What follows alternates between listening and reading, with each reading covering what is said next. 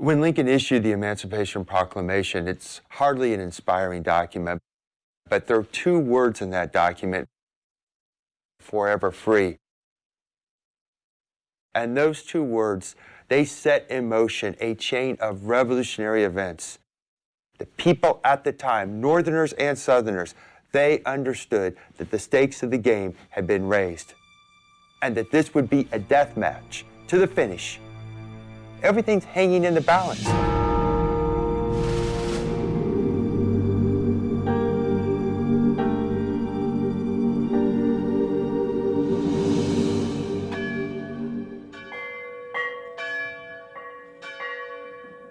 It is a date abolitionist Frederick Douglass calls greater than July 4th, 1776.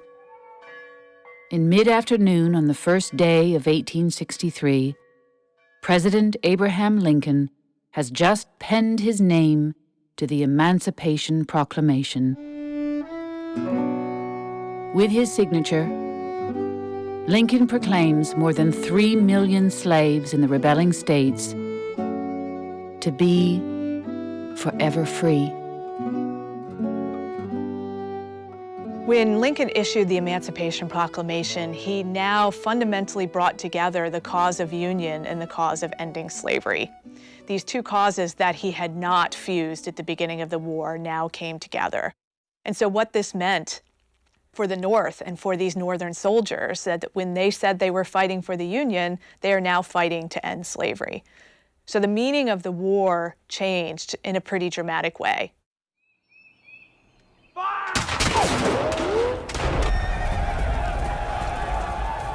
Lincoln's signature is a history-making exclamation point to nearly 2 years of civil war. When the war began, Americans in North and South believed it could be decided by a single grand battle. By the end of 1862, it seemed as if the very gates of hell had been pried open. The battle casualties were numbers no American, North or South, could ever have imagined. A 2-day battle in western Tennessee in a place known as Shiloh left more than 24,000 killed, wounded, or missing. In Maryland, the Battle of Antietam yielded 22,000 casualties to both armies in a single day.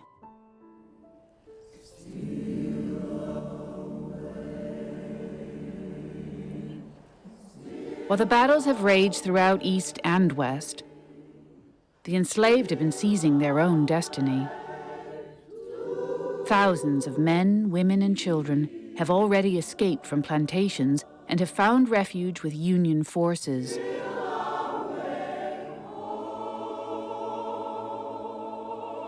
By law, the escaping slaves were still the legal property of their Southern owners.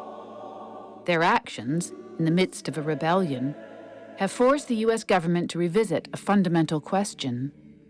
Were the escaping slaves free?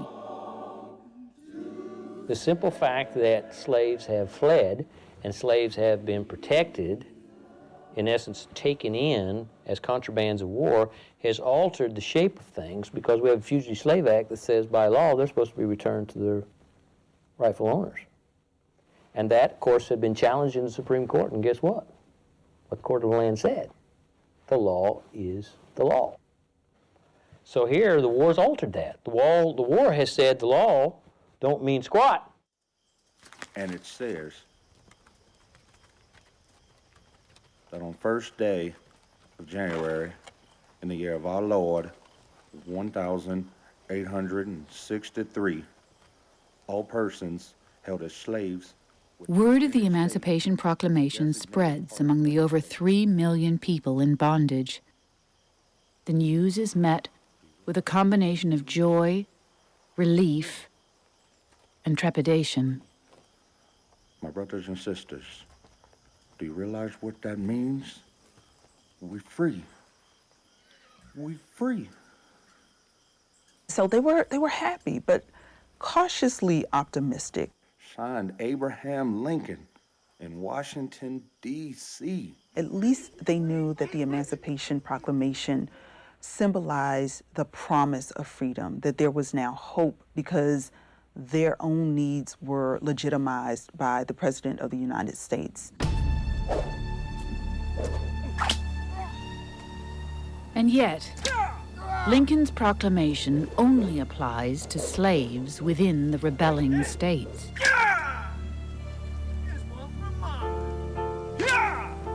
Under the proclamation, some 800,000 remain enslaved in 4 border states and areas in the South under Union control. Lincoln's birth state of Kentucky alone has 250,000 slaves within its borders. Kentucky, Delaware, Maryland, and Missouri are slave states that have reluctantly remained loyal to the Union. Since the war began, one of Lincoln's greatest fears has been losing the border states to the Confederacy. Lincoln is reputed to say, "I hope to have God on my side, but I must also have Kentucky."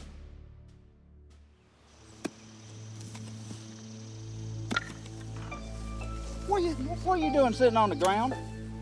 In truth, the Emancipation Proclamation does not immediately free those still enslaved in the Confederacy. You're tired. You're tired. Don't you think I'm tired standing out in this field all day? For Emma Stevenson and millions of others, 1863 will be just another year of hard labor, drudgery, and humiliation. What you doing in my way, boy? Get up on that. Lincoln's proclamation is an empty promise without the power of the United States Army to enforce it. Well, the reaction in the South would be initially one of, oh, this is desperate measure, it's laughable. What do you mean that you're freeing the slaves that we have? You know, because you're not freeing anything. They're still our slaves. And as long as we resist and your armies aren't present, they're still slaves. So in that sense, it was viewed as a desperation.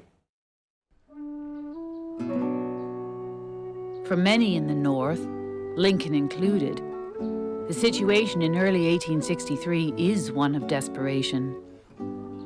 We must change our tactics or lose the game, Lincoln says.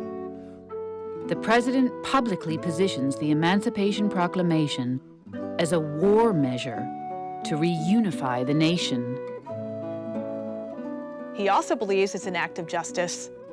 He could not satisfy the constitutional debate or criticism or concerns about emancipation by simply saying it's morally right. He had to have a constitutional argument. And the argument in his mind becomes that this is a military necessity. And Northerners, as they saw this, it began to dawn on them that the use of slavery as a Confederate military asset was what was prolonging and supporting the Confederate effort to destroy the Union. So for Northern imaginations, this business of slavery and rebellion also began to converge. And eventually Northerners were beginning to be persuaded that if they were going to restore the Union, they would have to pull up slavery by the roots, because slavery was what was nourishing rebellion. The Emancipation Proclamation does more than make people free. It gives all black men the freedom to fight. One of the greatest articles in the Emancipation Proclamation is the one that allows African American men to enlist in the United States Army. At this point now, not are you only taking the aid, the labor that aids the Confederate cause, but you're enlisting that labor in the armed forces to be used against the Confederacy.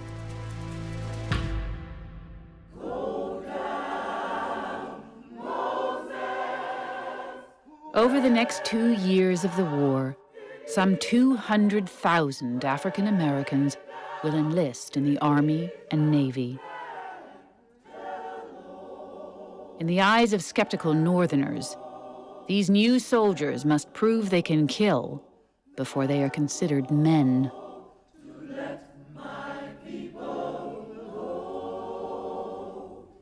The war effort and the enlistment of Black men into the war is so vital because Black men now have the opportunity to not just say we're men, but to prove their manhood. So hard that they could not stand. And so now African American men can wear uniforms. They can work alongside white men.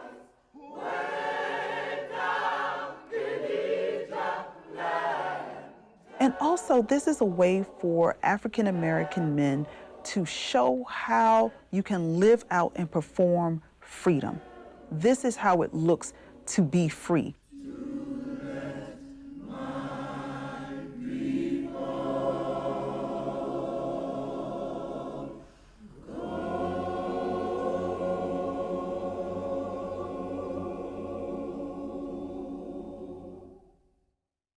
Ready! Aim! Fire! Freedom to the newly emancipated ultimately depends on Union victory. In the spring of 1863, the Union hopes to reverse a series of stunning defeats at the hands of General Robert E. Lee and the Army of Northern Virginia.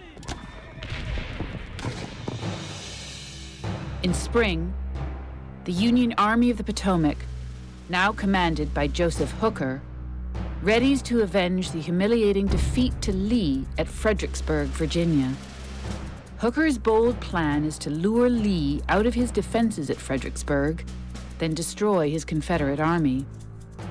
Just before the battle, Hooker boasts, "May God have mercy on General Lee, for I will have none."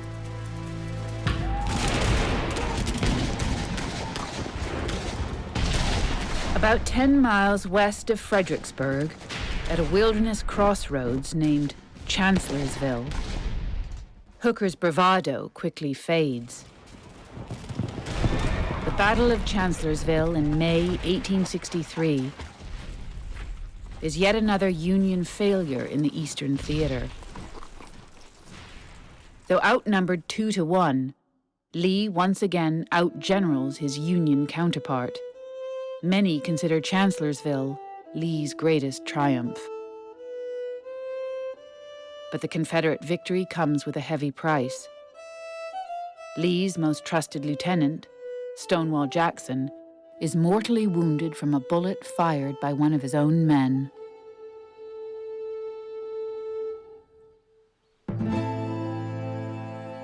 With the nation's eyes on the fight in Virginia, few in America are aware of the unfolding drama emerging in the West.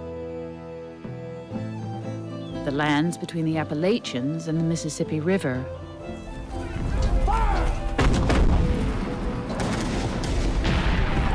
Victories in Tennessee at Shiloh and at Corinth in northern Mississippi have Union forces poised to capture what many consider to be the biggest prize in the Western campaign. The Mississippi River is likened to the trunk of the American tree, with limbs and branches reaching to the Alleghenies, the Canadian border, and the Rocky Mountains. For northern farmers who need to get their crops to market, the Mississippi is their economic lifeblood. During the past 2 years of war, that lifeblood has been blocked by the Confederates. Lincoln had to look at the entire North, and when he looked across the Appalachians, he saw Ohio, Indiana, Illinois, Wisconsin, all of them ultimately dependent on the commercial traffic of the Mississippi Valley. When that is stopped up by the secession of the Confederate States, then the Western states immediately begin looking to their own self-interest as the farmers, as the economies of those states begin to hurt. If they continue to hurt, if no measures are taken to reopen the Mississippi Valley, then the inhabitants of those states are going to lose any kind of enthusiasm or heart for the war. They may simply fold their arms, refuse to cooperate. Indiana is one of those states. Governor Oliver Perry Morton strongly backs Lincoln, but fears a civil war within his own divided state.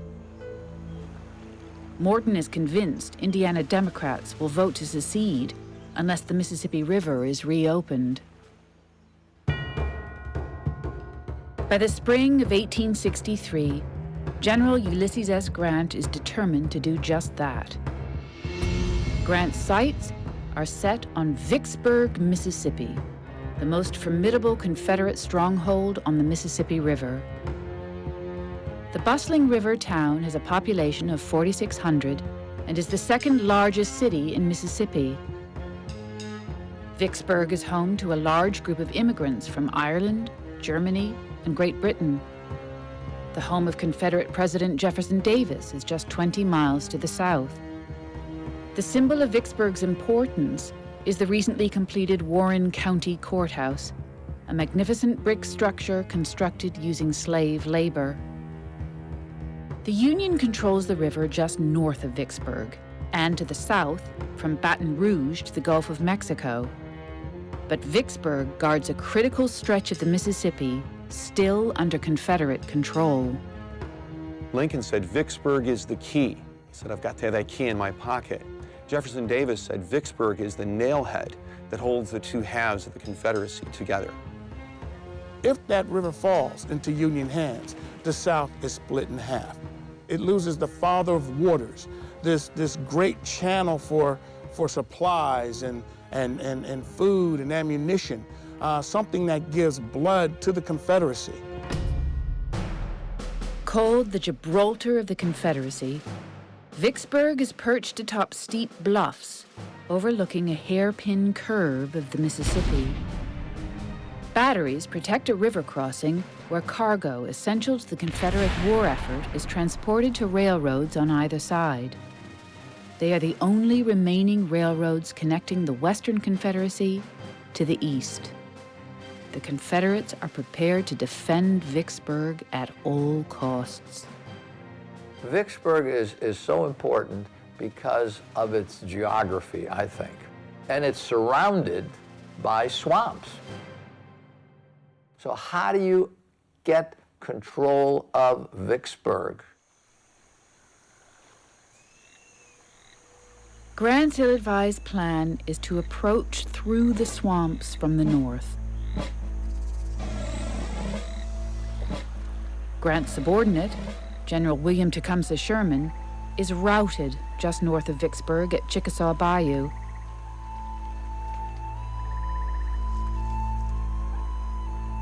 Sherman's repulse is followed by a series of failed advances by land and naval forces.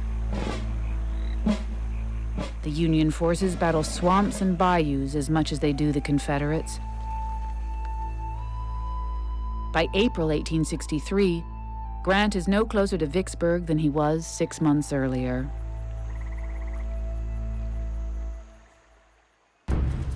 Grant's next series of risky moves will baffle the Confederates and astound even his own men.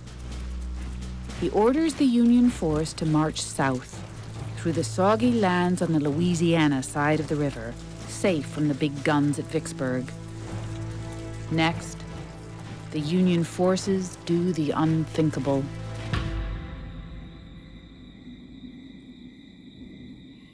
During a moonless night on the evening of April 16th, a fleet of Union ironclad warships and unarmored transports led by David Dixon Porter attempts to sneak by the Confederate defenses at Vicksburg.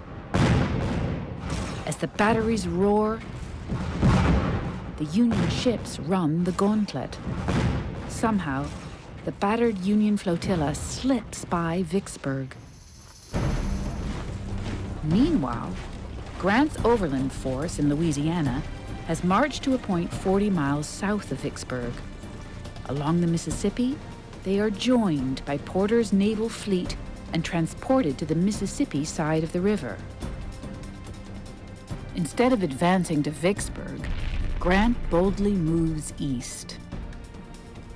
The rails linking Jackson to Vicksburg are the only lifeline to the Confederate citadel. In a bold dash through west central Mississippi, Grant overwhelms Confederate forces at Port Gibson, then at Raymond.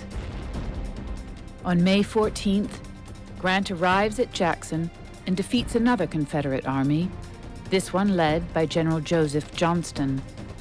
After destroying the military resources at Jackson, Grant now turns back towards Vicksburg.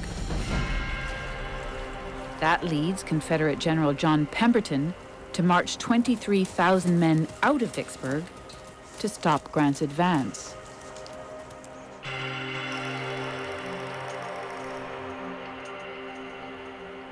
Pemberton's Confederates take positions above a crossroads connecting Jackson to Vicksburg. Atop Champion Hill, they deploy along a 3-mile front. The Confederate force is all that stands between Grant and Vicksburg. Ready, aim, fire! Shortly after 10 a.m., the vanguard of Grant's 32,000 men advances up the hill. The Battle of Champion Hill becomes the bloodiest of the Vicksburg campaign. One Confederate wrote, "The battle here raged fearfully. One unbroken roar of musketry was all that could be heard."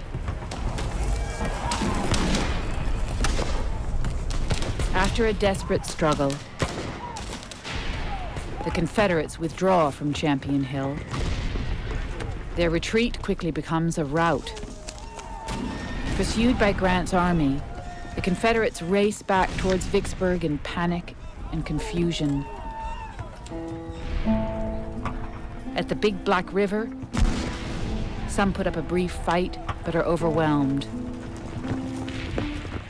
From there, Pemberton's humiliated army limps back to Vicksburg.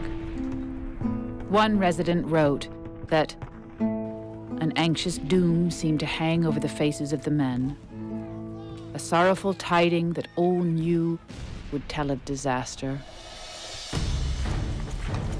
In the past 17 days, Grant's force has moved 200 miles, met the enemy 5 times, and been victorious in every fight.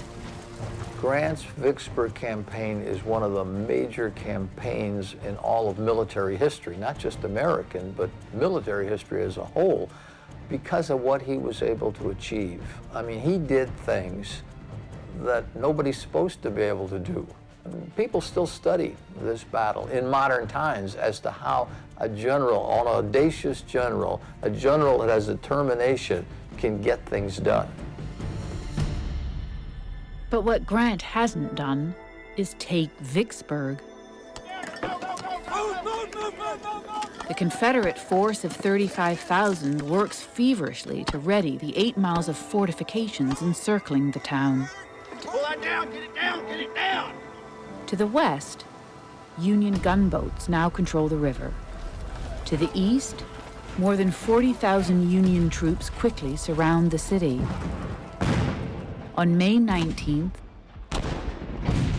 then again on May 22nd, Grant's troops attack, but fail in their attempt to break through the Confederate earthworks. Grant's next and final move, to lay siege to Vicksburg. In his memoir, Grant stated his goal was to simply out-camp the enemy.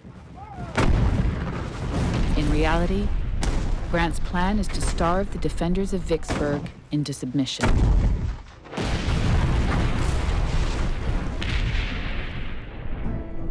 Emma Balfour and her husband, a prominent physician, live in a home overlooking the river.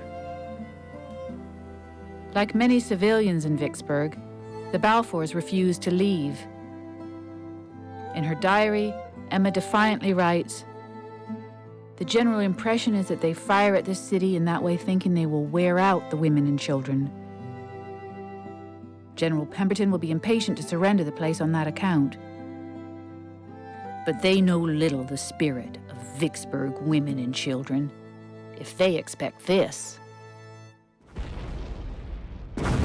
For protection from the relentless shelling, many of the civilians dig caves into the hillsides.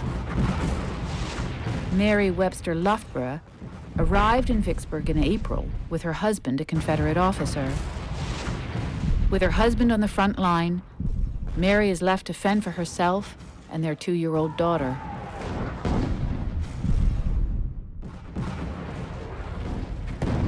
Terror-stricken, we remained crouched in the cave, while shell after shell followed each other in quick succession. I endeavored by constant prayer to prepare myself for the sudden death I was almost certain awaited me.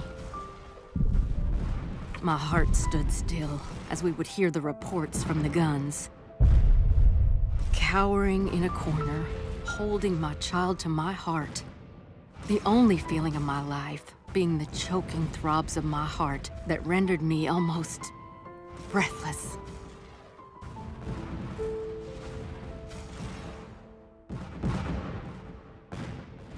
Day after day after day, Grant's artillery tries to pound Vicksburg into submission.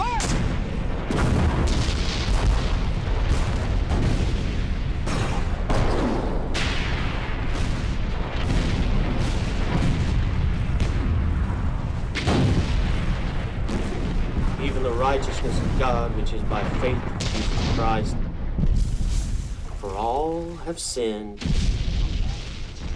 Reverend William Lord, his wife and young daughter, endure the siege of Vicksburg in a cave just yards from the forward lines. God will protect us. God will protect us. I'm afraid that God's killed too.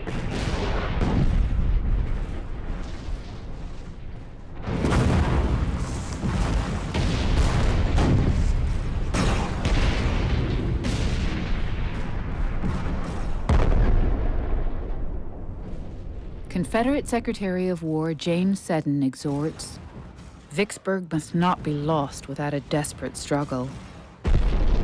He orders General Joseph Johnston to march his army from Jackson and attack Grant from the east. Johnston stalls, saying he does not have enough men. By June, the situation at Vicksburg is so desperate that Confederate President Jefferson Davis considers sending Robert E. Lee and part of the Army of Northern Virginia 1,000 miles westward to relieve enemy pressure on the besieged city. Instead, Lee and Davis decide to invade the North. At the sleepy town of Gettysburg, Pennsylvania, Lee's Army of Northern Virginia collides with the Union Army of the Potomac, commanded by yet another general. George Meade is its 4th commander since the war began. Meade says, "Gettysburg will determine the fate of our country and our cause." All eyes in the summer of 1863 were on 2 military situations: Lee's raid into Pennsylvania and Grant's investment of the Confederate bastion at Vicksburg. Both of those military campaigns were crucial to the fortunes of both sides.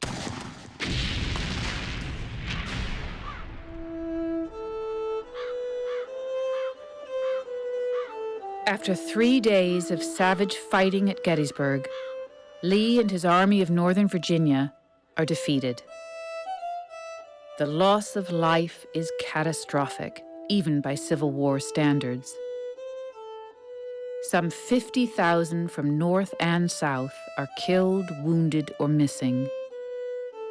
A New Jersey infantryman, helping to bury the dead, spoke of the stench of decaying humanity hugging the earth like a fog, poisoning every breath. After the battle, Lee and his battered army retreat back into Virginia. For the remainder of the war, most of the fighting will take place in and around Richmond.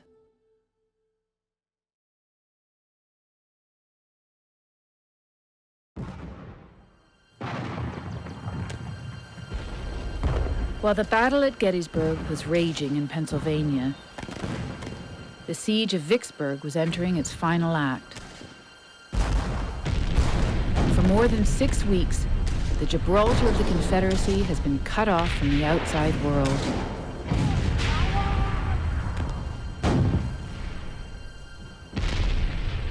No food or supplies have reached the 30,000 soldiers and the thousands of civilians inside. Soldiers' rations consist of a handful of peas and rice per day.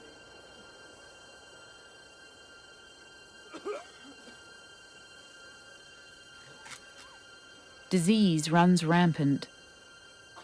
The water supply is almost depleted. The stifling midsummer heat only adds to the misery.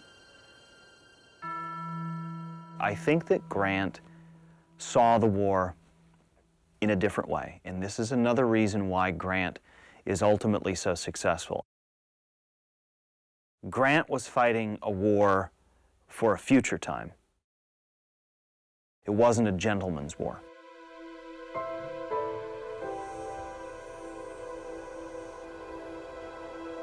On the very day Lee orders the disastrous Pickett's charge at Gettysburg, Confederate General John Pemberton decides to surrender Vicksburg.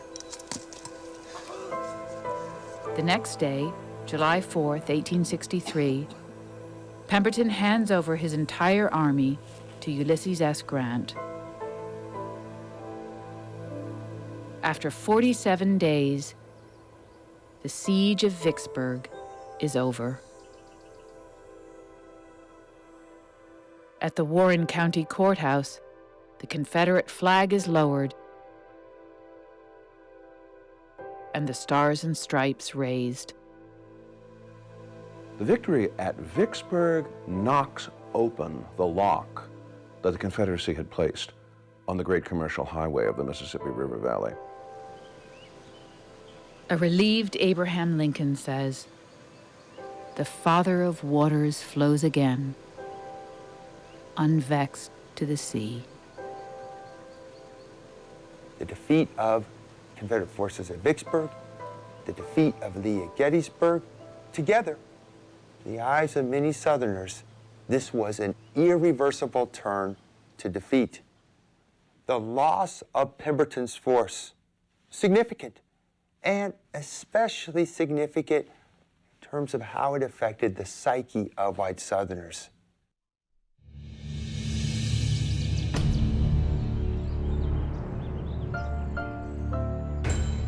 Vicksburg is a crushing defeat, yet it hardly sounds the death knell of the Confederacy. More than 300 miles to the northeast, in the rugged highlands of eastern Tennessee, another campaign is underway. The coming fight will help determine the final outcome of the war. 2 days after the fall of Vicksburg, Secretary of War Edwin Stanton issues this challenge to Union General William Stark Rosecrans. You and your noble army now have the chance to give the finishing blow to the rebellion.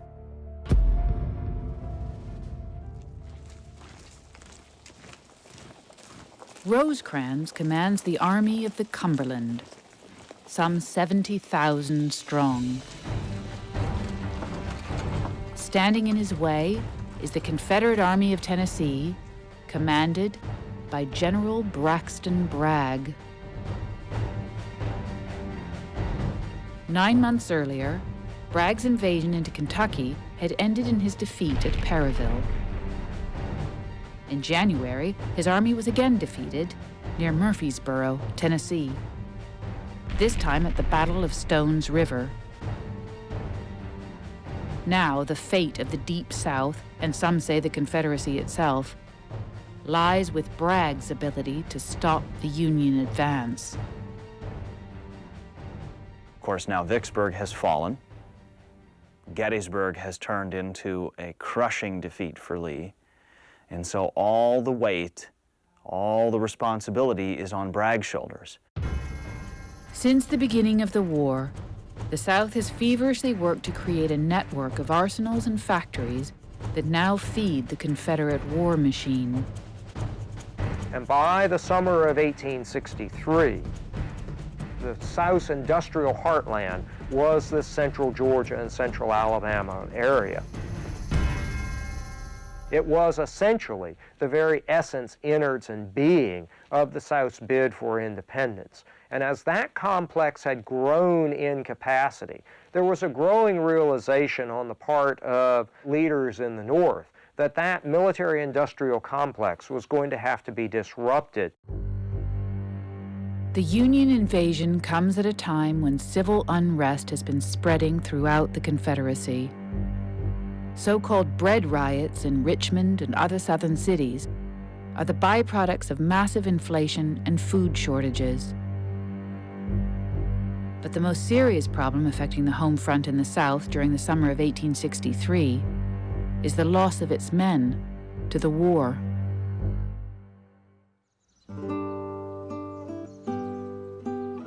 Joshua Callaway reluctantly responds to the Alabama governor's call for volunteers.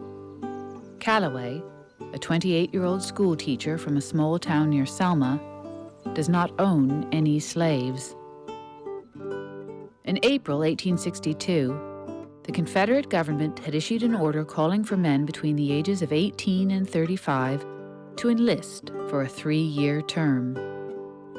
It is the first conscription act ever imposed in America.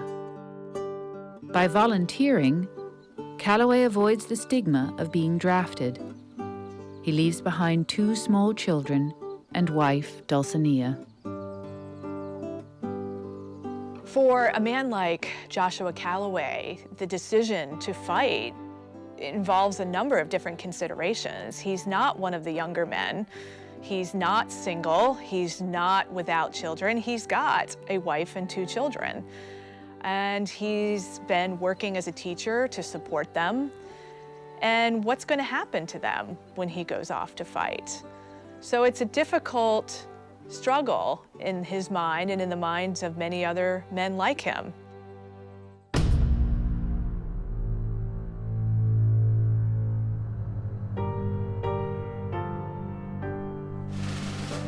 Battalion, charge, bayonet! Ah! By August 1863, Joshua Callaway has become an officer in the 28th Alabama.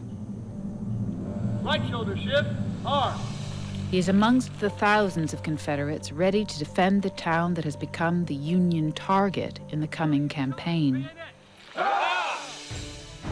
Nestled on the south bank of the Tennessee River and surrounded by the rugged southern Appalachians, Chattanooga, Tennessee is the gateway to the deep South. Intersecting in Chattanooga are railroads vital to the Confederate war effort. They are the key to the distribution of the war material produced in central Georgia and central Alabama. The Chattanooga region becomes that doorway, gateway, passageway through the protecting mountain barrier between the northern armies and this ever-growing military-industrial complex in central Georgia and central Alabama.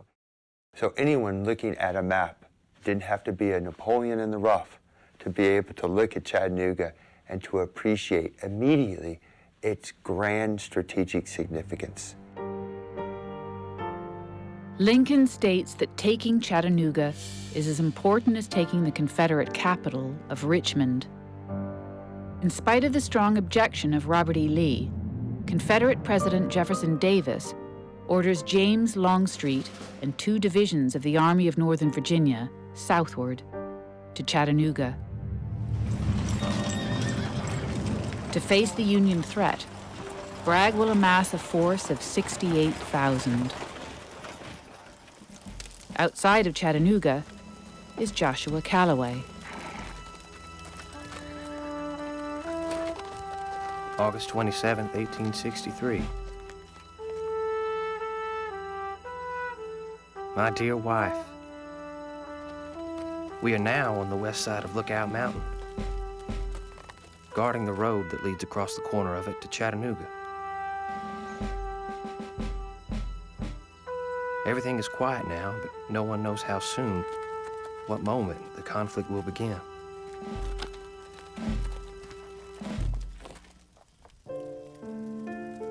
Confederate soldier like Joshua Calloway, yes, he was a Confederate, but he was also a husband. He was also a son, a father. And those relationships were a big part of why he was fighting in this war. He may have been fighting to protect slavery, but why did that matter? It mattered because his family's interests and future depended on it. And his family was also his emotional lifeline, what kept his morale up, what supported him and kept him going on a daily basis. And you can see that in Joshua's letters to Dulcinea. He needs that correspondence. He craves that correspondence. Let me hear from you soon and often. Kiss the children for me. God bless you, my darling. Joshua Calloway.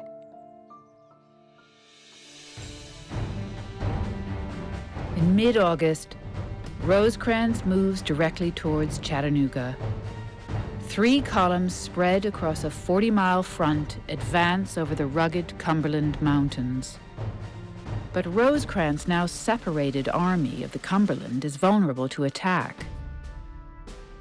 Just south of Chattanooga, at McLemore's Cove, Bragg orders an attack on a portion of Rosecrans' splintered army. High command in Bragg's army was dysfunctional. The top subordinates of Bragg simply would not obey his orders. The Federals are falling back that way. We need to be moving that way. You have your orders. You will hold this ground according to General Manigault. You will hold this ground. Let's go. Come. Bragg had it within his power to destroy most of the middle column of Rosecrans' army. The lost opportunity to destroy part of the Army of the Cumberland will haunt Bragg and his subordinates for the rest of the war.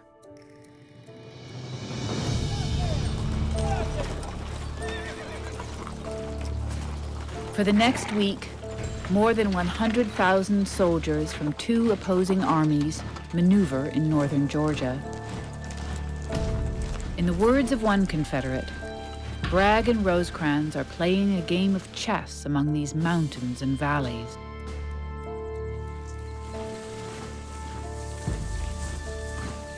Everyone on both sides realizes a clash is inevitable. It's only a matter of where and when. When is September 18th, 1863. Where is 8 miles south of Chattanooga, along the banks of the Chickamauga, a creek the Cherokee called the River of Death. Bragg's plan turned the Union Army to the south, cutting Rosecrans off from Chattanooga. Then pin the Army of the Cumberland against the eastern wall of Lookout Mountain. But if Bragg got between Rosecrans and Chattanooga, he could cut off Rosecrans' supplies, he could cut off Rosecrans' retreat, and he potentially could drive Rosecrans back against the mountains in such a way that Rosecrans might have to surrender his army. Bragg launches the battle with a move to control 2 bridges crossing the Chickamauga. A small Union force, some armed with Spencer repeating rifles, puts up a stubborn fight.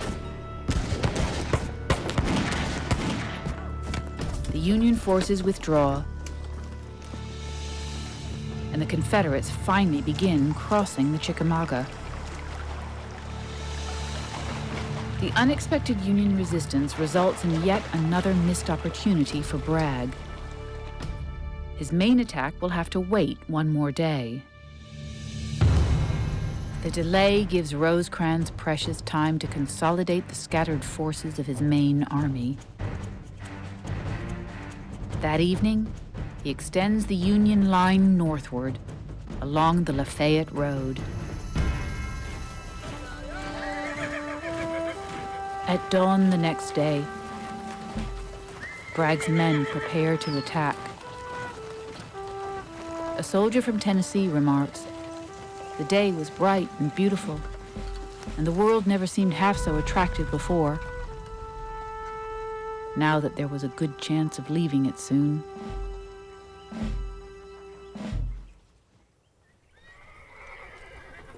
A little after 7 a.m., Confederate cavalry stumble upon a few Union soldiers filling their canteens. It is an area where the Confederates expect no contact. In pursuit of the canteen detail, the Confederate cavalry themselves encounter a superior force. 2,300 men of John Croxton's brigade. What begins as a skirmish almost immediately escalates into what becomes known as the Battle of Chickamauga.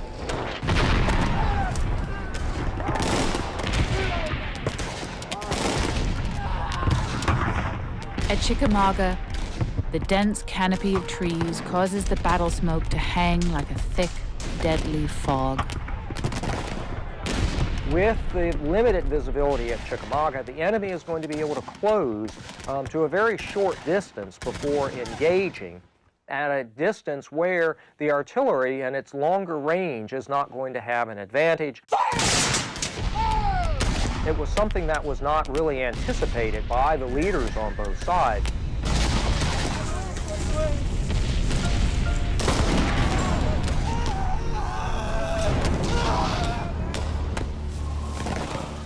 Almost without warning, a line of Confederate infantry appears on the right flank of Battery A, 1st Michigan Light Artillery.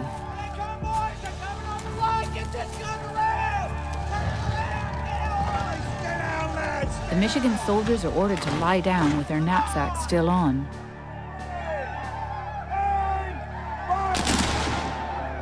This makes it a struggle for the men to roll over and reload. The battery is commanded by George Van Pelt, the former town constable of Coldwater, Michigan. Hurry up, boys! Get right on top of us!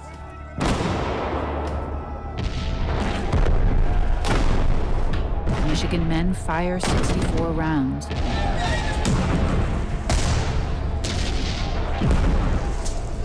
Most sail over the heads of the charging Confederates.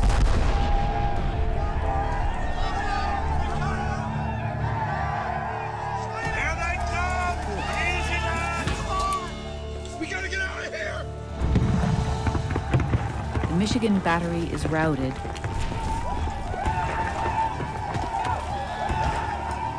But Van Pelt refuses to abandon his guns.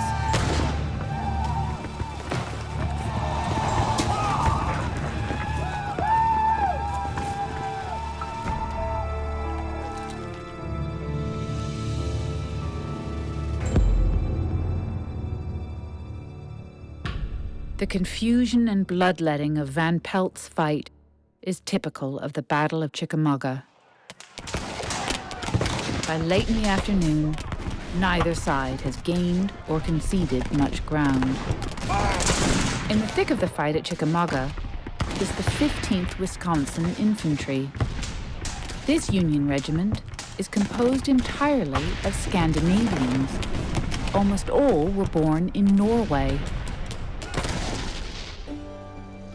The decade before the Civil War had seen a huge wave of Europeans immigrating to the United States. The vast majority settled in the North. The new Americans understood political oppression and religious persecution because many had experienced it firsthand. When the war comes, about 25% of the Union Army will be immigrants. They believe in the promise of America, and they stand firm in the right to die for it. This is the only freestanding popular government left in the world. Every other experiment in popular government either fell apart or was crushed brutally. So that by 1860, the United States is the last major stronghold of this thing called democracy. If the United States proceeds to blow its brains out through secession, what are we saying to the rest of the world. We're saying democracy is a chimera. Democracy is a Greek drollery that will never work. If you want the proof, say the kings and aristocrats, if you want the proof of how unstable democracy is, just look at what the Americans are doing to themselves right now. Right now in northern Georgia, they are fighting what will become the biggest battle of the Western campaign. Sam Watkins of the 1st Tennessee has survived Shiloh and Stones River. Now, in the midst of Chickamauga, he stumbles upon his badly wounded friend, Billy Webster. Billy's arm had been dressed, and he seemed to be quite easy. He wished to dictate a letter to his parents. He asked me to please look into his knapsack and get him a clean shirt. I went to look for the knapsack and found it.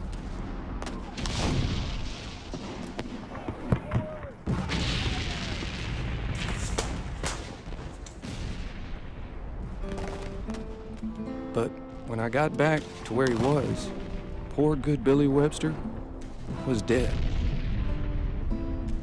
He had given his life for his country. His spirit is with the good and the brave. No better or braver man than Billy Webster ever drew breath of life. His bones lie yonder today upon the battlefield of Chickamauga. Through the haze of the battle at Chickamauga, one thing is clear. The bloodbath along the River of Death is, thus far, a draw. Both Bragg and Rosecrans are determined to continue the fight the next morning.